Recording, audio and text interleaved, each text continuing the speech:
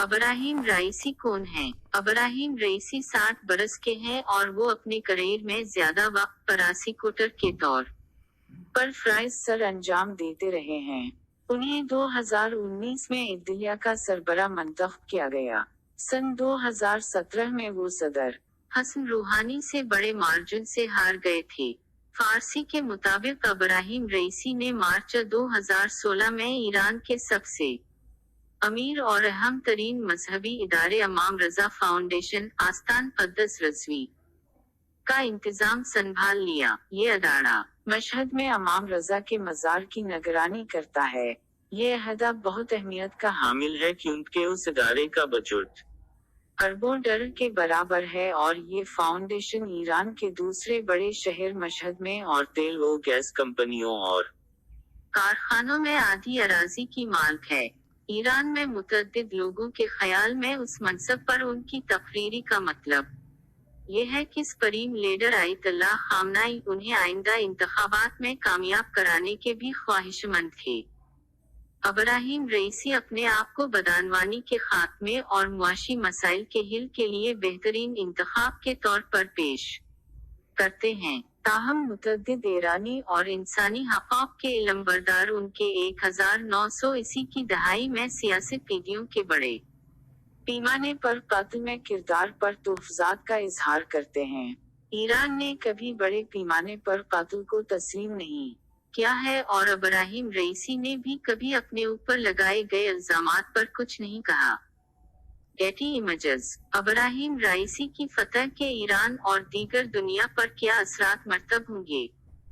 BBC فارسی کی نامہ نگار اسرا ناجی کا کہنا ہے کہ ابراہیم رئیسی کے دور حکومت میں سخت گیر عناصر ایک خالص قسم کا اسلامی نظام نافذ کرنے کا مطالبہ کریں گے، جس کا مطلب یہ ہوگا کہ وہ مزید سماجی سرگرمیوں پر کنٹرول حاصل کر لیں گے، اور ممکن ہے کہ ایسے میں خواتین کے لیے آزادی اور ملازمتوں کے مواقع مسدود ہو کر رہ جائیں گے اور سوشل میڈیا اور پریس پر بھی کنٹرول زیادہ ہو جائے گا۔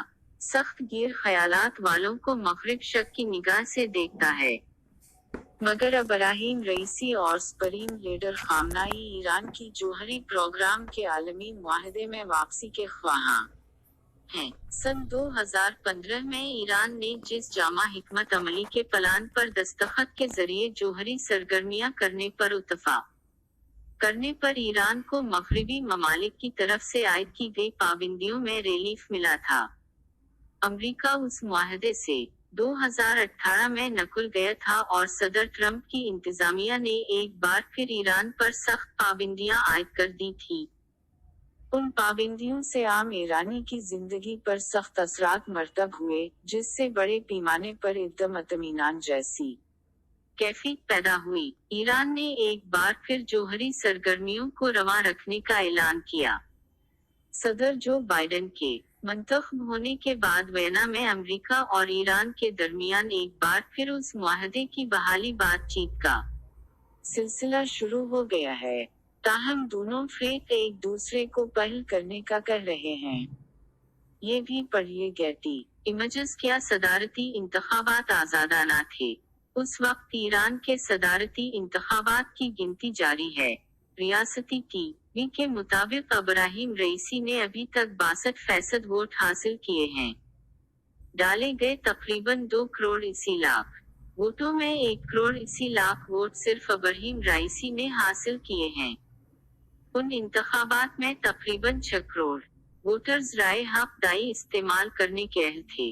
ان انتخابات میں حصہ لینے کے لیے 600 خواہشمند سامنے آئے تھے، جن میں 40 خواتین بھی شامل ہیں۔ گارڈین کونسل میں شامل 12 جیورسٹس اور مذہبی زعما نے صرف 7 امیدواروں کے نام ہی فائنل کیے ہیں۔ گارڈین کونسل ایک غیر منتخب ادارہ ہے جو امیدواروں کی اہلیت کا فیصلہ کرتا ہے۔ ان میں سے 3 امیدواروں نے انتخابات سے قبل اپنے کاغذات نامزدگی واپس لے لیے۔ اس طرح کے عمل کے بعد کچھ سیاسی مخالفین اور اصلاحات کے خواہشمندوں نے انتخابات کا بائیکاٹ کیا۔ ان صدارتی انتخابات میں ٹرن آؤٹ 50% سے کم رہا ہے، یاد رہے کہ سن 2017 کے انتخابات میں ٹرن آؤٹ 78% تھا۔ بی بی سی فارسی کی نامہ نگار قصرہ ناجی کا کہنا ہے کہ متعدد ایرانی ان انتخابات کو سخت گیر عناصر کی طرف سے طاقت حاصل کرنے کا ذریعہ سمجھتے ہیں جو بظاہر ماضی میں اپنی کارکردگی کی بدولت آزادانہ اور شفاف انتخابات میں کامیابی حاصل نہیں کر سکتے۔